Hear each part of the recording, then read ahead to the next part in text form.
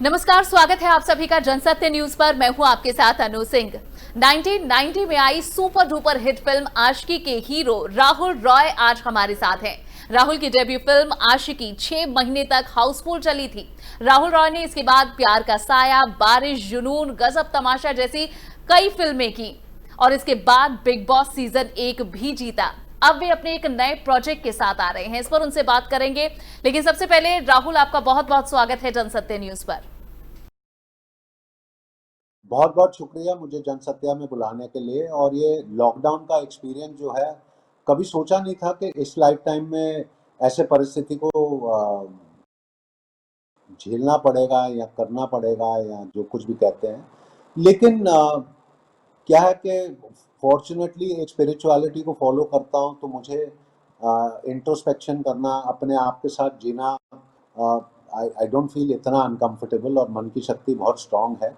लेकिन क्योंकि न्यूज़ देखता हूँ, फेसबुक देखते हैं, जो कुछ भी इमेजेस देख रहे हैं, नेचुरली बहुत दुख होता है एंड एक हेल्पलेस फीलिंग है। क्योंकि पूरे विश्व में हम कहते हैं कि इतने लोग हैं जिनके पास इतना पैसा है, नॉलेज है, सब कुछ, लेकिन इस वायरस के अगेंस्ट लड़ना, किसी के पास कोई ऐसी उपाय नहीं है कि कुछ जल्दी से जल्दी इतने जानों को बचा सके वगैरह। कोई नहीं कुछ कर पा रहा है एंड ये हेल्पलेस फीलिंग मुझे तो लगता है कम से कम कुछ और महीनों तक तो मिनिमम चलता रहेगा, क्योंकि इस चीज़ का कोई इलाज या कोई प्रॉपर वे दिखाई नहीं दे रहा है। नेचुरली इकोनॉमिकली सब लोगों को परेशानियां हैं। जो माइग्रेंट लोग हैं और कई लोग जो गरीब लोग हैं जिनकी डेली वेजेस पे जिंदगी है, उनकी देख करके दिल को इतना दुख पहुंचता है। एक ह्यूमैनिटेरियन ग्राउंड पे समझ नहीं आता कि करें तो क्या करें, क्योंकि जितना भी पैसा आप देने की कोशिश करते हैं, फिर भी कोई कहीं ना कहीं तो लगता है उसकी कमी तो महसूस होती है। और राहुल जी, क्योंकि हम आपकी फिल्मों की भी बात कर चुके हैं कि आपने कितनी बेहतरीन फिल्में दी हैं और आपकी एक्टिंग के भी लोग मुरीद हैं, लेकिन एक अगर आर्टिस्ट की मैं बात करूं तो वो हमेशा चाहता है कि समाज में जो कुछ घट रहा है वो उसे पर्दे पर जरूर दिखाए और कोशिश करे कि अपना नजरिया, लोगों का नजरिया उसके प्रति बदले या फिर लोगों को जागरूक किया जाए, अवेयर किया जाए ऐसे हिडन इमोशन से जो एक आर्टिस्ट की नजर देख सकती है और शायद बाकी लोग नहीं। और यही काम आप भी करने जा रहे हैं। आप ये जो पेंडेमिक की सिचुएशन है और जितने भी माइग्रेंट्स अपने एक क्षेत्र से दूसरे क्षेत्र जा रहे हैं, उसे लेकर आप एक प्रोजेक्ट ला रहे हैं। मैं चाहती हूं कि जनसत्य न्यूज के सभी दर्शकों को आप इसके बारे में बताएं। देखिए, काफी सारी फिल्मों में वापस आ रहा हूँ। ये बात सही है कि 5 फिल्में मेरी आ रही हैं और 2-3 तो कहानियां आज की परिस्थितियों को लेकर ही है, पैंडेमिक को नहीं, लेकिन जो जनरली जो चल रहा है। लेकिन ये स्थिति को देखते हुए माइग्रेंट वर्कर्स किन हालात में अपने घर पहुंचने की कोशिश कर रहे हैं, कैसे सोचता होगा कि मैं घर वापस जाऊं, मैं अपने घर वालों के साथ में कैसे मैं नज़र लगा करके बात कर पाऊंगा। और जेब में 1 रुपया भी नहीं है, कुछ हज़ारों किलोमीटर या मील उसको जाना पड़ेगा। उसको समझ में नहीं आता कि वो कैसे गाड़ी में जा सकता है। और जब किसी और की जिम्मेदारी भी उसके ऊपर आता है, वो हटता नहीं, जिम्मेदारी को लेकर। तो वो जो पेन है, वो हार है, उस हार में जीत दिखाने की कोशिश कर रहे हैं हम। तो जो 1000 मील का जर्नी है, उनके पास पैसे नहीं होते और जाहिर सी बात है कि वो बस और ट्रेन और ये सब टिकट्स वगैरह वो कर नहीं पा रहे हैं। तो फिर भी इनसे वो आंदा है, वो नहीं है, वो नाराज नहीं है। फिर भी उसकी जर्नी में जो वो लड़का और ये जो रोशन है, जो इसके बीच में जो बातचीत होती है, इन सब परिस्थितियों को देखते हुए ऑर्डर पे कैसे दिया, चेकिंग है, कहाँ पे लाठीचार्ज भी होती है जब क्राउड हो जाता है। बट कई पुलिस के लोग हैं और कई लोग हैं जो मदद भी करते हैं, पानी भी देते हैं, रहने के लिए रात को एक जगह दें सोने के लिए। ये जो ह्यूमन एस्पेक्ट की कहानी है, ये कहानी हम लोग दिखाना चाहते हैं। और इसमें मेरे साथ जुड़ा हुआ है मेरा जो नितिन गुप्ता, जिसके साथ मैंने 2 की हुई है, सयोनी और अंग्रेजी पिक्चर डेथ ऑफ एम्बेसडर, जो दोनों तैयार हैं, अभी रिलीज होने पे हैं। टेक्निकली वो बहुत ही साउंड है, बहुत अच्छा लिखता है। इसमें एक रॉक सूफी भी गाना है बेशा का। और हम लोगों ने जो टीम है वो रशिया, चिली, यूरोप और जो हमारे हैं वो अमेरिका के। ग्लोबली हमने जब ये कहानी लिखना शुरू किया और प्रोजेक्ट को तैयार, तो ग्लोबली कई लोग जुड़ना चाहते थे और ये सब करना चाह रहे थे। जो जितने भी क्राउड के सीन है, जो ट्रेन सीन होंगे, इसमें एक जैसे मैजिक टाइप का हो कि हम लोग इन परिस्थितियों में भी, जैसे भी लॉकडाउन खुल जाता है और जो भी हमको रूल्स के हिसाब से शूट करना पड़ेगा हम करें, लेकिन उसको हम लोग कैसे दिखाने वाले टेक्निकली माइट एब्सोल्युटली रेडी। और बहुत ही एक्साइटिंग प्रोजेक्ट है। राहुल जी, जिस तरह से आप अपने प्रोजेक्ट की, अपनी इस फिल्म के बारे में बता रहे हैं, वी कैन फील इट कि जो इमोशन हम ग्राउंड पर देख रहे हैं शायद वही इमोशन हमें इस मूवी में दिखेंगे। लेकिन जो भी एक्टर होता है वो अपनी फिल्म के लिए, अपने किरदार के लिए उस असली किरदार को जीने की कोशिश करता है। क्या आपने भी वाकई ग्राउंड पर जाकर इन माइग्रेंट से बात की है, इन प्रवासी मजदूरों से बात की है, इनके साथ क्या कुछ कदम आप चले हैं? कैसे आपने इस किरदार को और ज्यादा लाइव बनाने के लिए और ज्यादा जीवंत बनाने के लिए काम किया है? मैंने काफ़ी चीज़ें देखी, काफ़ी चीज़ें स्टडी की हैं। तो ये जो कहानी जो सेल्यूलॉइड पे आएगा, जो कहानी आएगी, trust me the walk is going to be a film that लोग यकीनन याद करेंगे। और यकीनन ये ऐसी फिल्म बनाने की कोशिश की जा रही है, क्योंकि ये जो टाइम है कोविड-19 का, ये टाइम जो है मेरा ख्याल से एटलीस्ट 1 जनरेशन और 2 जनरेशन भूल नहीं पाएगी ये समय कोई नहीं भूल पाएगा। और हमको भूलना भी नहीं चाहिए, क्योंकि इस समय से हमको बहुत कुछ सीखने को मिल रहा है। It's very very important. और राहुल जी, मैं सबसे पहले जानना चाहूंगी कि ये थॉट आपको कब और ऐसा कौन सा वो मोमेंट था जब आपको लगा कि ये जो पिक्चर है, ये जो दर्द है, ये जो लोगों की कहानी है, ये पर्दे पर आनी बहुत जरूरी है? कब आपको ऐसा लगा? देखिए इमेजेस तो जाहिर सी बात, टेलीविजन पे बहुत कुछ देखने को मिलता है।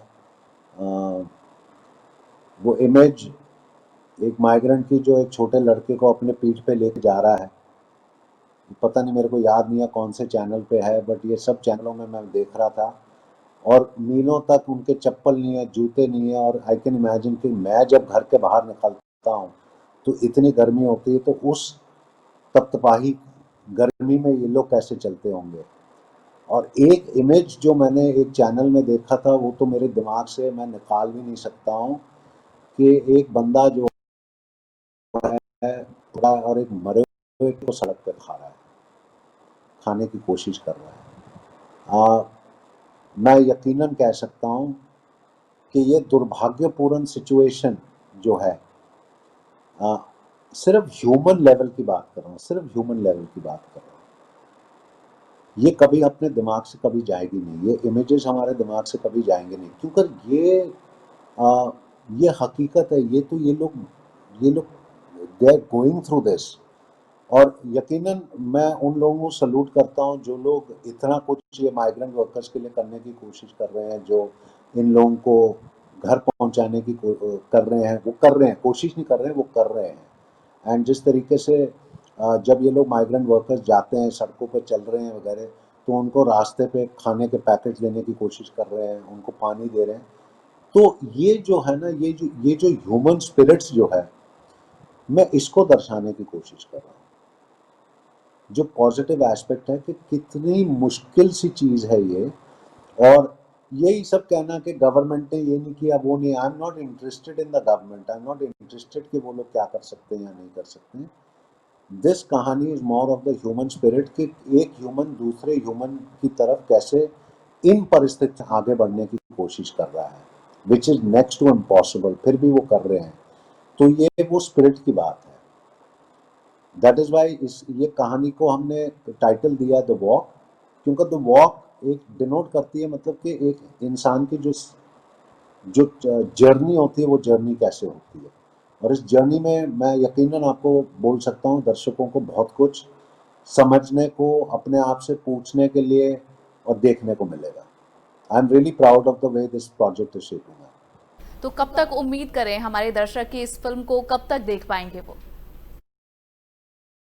उम्मीद कर रहा हूँ कि अक्टूबर नवंबर तक हम लोग ये रेडी करेंगे, द मोमेंट ये शूटिंग स्टार्ट हो जाए।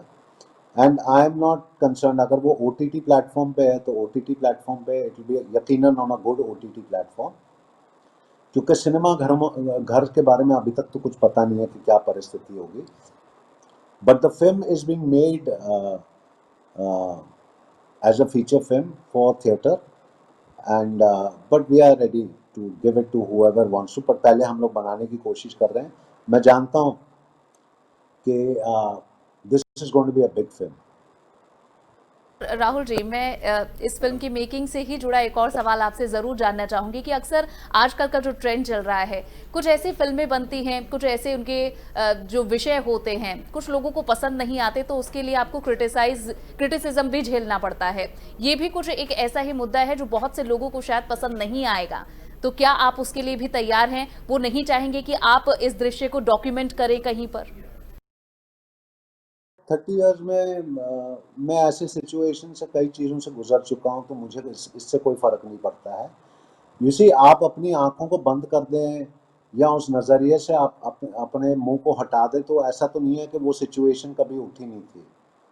मैं तो ये सिचुएशन को दिखाने की कोशिश कर रहा हूँ, not to glorify the situation, लेकिन ह्यूमन स्पिरिट कितना स्ट्रांग है। आप किसी की इंटेग्रिटी को आप छीन नहीं सकते हैं। वो हमको दुख होता है, उनको दुख होता होगा, वो किस परिस्थितियों से गुजर रहे हैं मैं तो इमेजिन भी नहीं कर सकता। मैं तो कोशिश करने वाला हूँ कि फिल्म में दिखाने के लिए, लेकिन ये तो हम जो ज़्यादा प्रिविलेज्ड हैं उनसे बेटर है। ये हम पे निर्भर करता है कि हम क्या करना चाहते हैं ऐसे लोगों के लिए। It is up to us in our hands. तो सिनेमा का भी एक रिस्पॉन्सिबिलिटी है कि वो चीज़ को दर्शाया जाए, उस चीज़ को दिखाना जाए। इसको ग्लोरीफाई कोई नहीं कर रहा है, और ये तो मैं तब बात करूंगा जिस दिन इसकी पहली कॉपी निकलेगी और आप जैसे लोगों को मैं दिखाने की कोशिश करूंगा, मीडिया को दिखाऊंगा रिलीज करने से पहले। ये जजमेंट आप लोग देख पाएंगे और समझ पाएंगे कि कौन किस चीज़ को ग्लोरीफाई कर रहा है।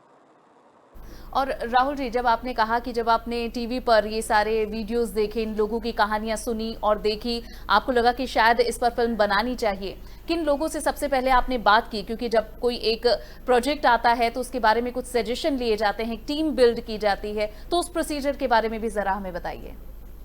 जी, हमने सबसे पहले मैं जिसको चूज कर रहा था, नितिन, मैंने उससे बात की, क्योंकि डेफिनेटली क्योंकि इस फिल्म में कोई भी आज कोई फिल्म बना रहा है तो एक टेक्निकल प्रॉब्लम है, क्योंकि सोशल डिस्टेंसिंग का करना पड़ता है। ऐसी फिल्म में बहुत सारे क्राउड्स हैं, कई चीज़ें हैं जो करना पड़ता है। और क्योंकि मैंने नितिन के साथ 2 फिल्में की हुई हैं जो अभी रिलीज पे हैं, दोनों, एक सयोनी रशिया में शूट किया है और फिर डेथ ऑफ एन एम्बेसडर किया है, तो मैं जानता हूँ कि उसके और मेरे बीच में टेक्निकल लोग इतने हैं जो काफ़ी कुछ VFX और काफ़ी कुछ क्रिएट कर सकते हैं जब हम लोग उनको सही तरीके से शॉर्ट डिवीजन करके दें। तो यकीन मानिए, नितिन मेरे साथ बैठ करके 5,000 या 8,000 से ज़्यादा शॉट्स निकाल चुका है ऑलरेडी, और कलर ग्रेडिंग वगैरह कर चुके हैं। स्टोरी स्क्रीन प्ले पे हम लोगों ने बहुत अ, ध्यान करके लिखा हुआ है, बिकॉज सच्चाई भी बतानी है। इस फिल्म में कहानी तो इन दोनों की है, लेकिन एक चैनल जो है, चैनल इसको एक ह्यूमन एंगल से बहुत अच्छे तरीके से मानती है कि ये कहानी होगी, और एक रिपोर्टर जो है, जो एक नॉविस रिपोर्टर है, इनकी कहानी बताने की कोशिश कर रहे हैं।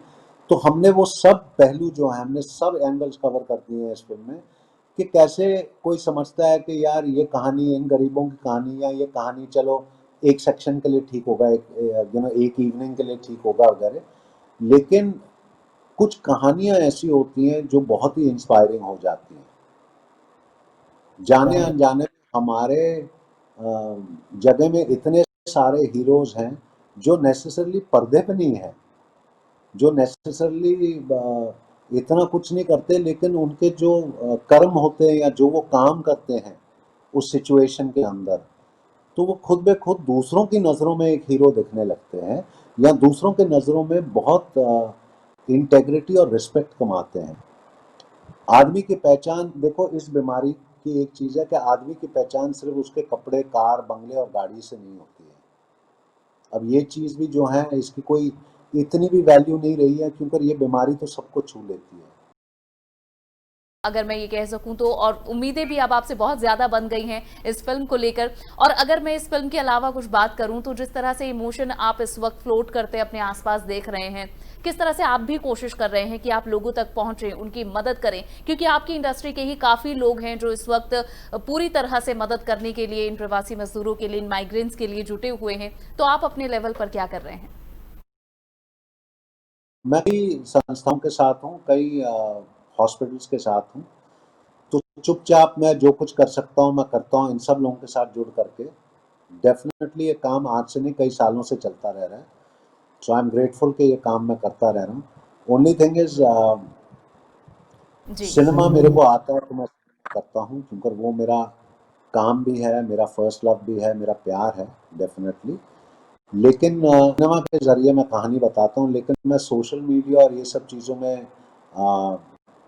वैसे वो लिख कर के कहता नहीं हूँ कि ऐसे मैं करवा रहा हूँ और ये पैकेज खाने के दे दिए या कुछ। बट कई ऐप्स हैं, कई चीज़ें हैं जिनके जिनके साथ मैं जुड़ा हूँ, जिनमें मेरा योगदान है, जैसे भी समझें कि मेरा योगदान कैसा है। वो ऐप्स के ज़रिए थ्रू आउट इंडिया, सिर्फ महाराष्ट्र और मुंबई की बात नहीं कर रहा हूँ, बहुत सारा खाना, अनाज, राशन, ये सब चीज़ें, कुछ कपड़े वगैरह सब चीज़ें किए गए हैं और अभी भी करते जा रहे हैं। मेरी बस यही ऊपर वाले से प्रार्थना है कि इसका कोई ना कोई रास्ता अगले 3-4 महीने में कम से कम आ जाए, बिकॉज़ ये जितना लंबा चलता जाएगा, ये बीमारी जितनी लंबी चलती जाएगी, it will become more and more difficult, that is for sure. बिल्कुल। और चलिए, हम भी यही कोशिश करते हैं और यही उम्मीद भी करते हैं कि जिस तरह से जहां पर भी कोई भी शख्स हो, एक दूसरे की मदद करना इस सिचुएशन में बहुत ज़्यादा ज़रूरी है। और आपको आपके नए प्रोजेक्ट के लिए बहुत बहुत शुभकामनाएं, and we wish you good luck. और जनसत्य न्यूज़ पर अपनी बात रखने के लिए, अपने इस पूरे प्रोजेक्ट के बारे में जानकारी देने के लिए आपका बहुत बहुत शुक्रिया, हमारे साथ जुड़ने के लिए। तो ये थे राहुल रॉय, जो कि एक नए प्रोजेक्ट के साथ जल्द ही आ रहे हैं, और जो आज की परिस्थितियां हैं उन्हें कुछ दिनों बाद, कुछ महीनों बाद हम पर्दे पर देखेंगे। और उम्मीद करते हैं कि जो इमोशन हमें ग्राउंड पर दिख रहे हैं वो पर्दे पर भी उसी तरह से दिखेंगे और खूबसूरती से अपनी बात पहुंचा पाएंगे। फिलहाल के लिए बस इतना ही। इस वीडियो को आप पसंद कर रहे हैं तो इसे लाइक और शेयर जरूर कीजिए। हमारे चैनल को सब्सक्राइब करना ना भूलें। नमस्कार।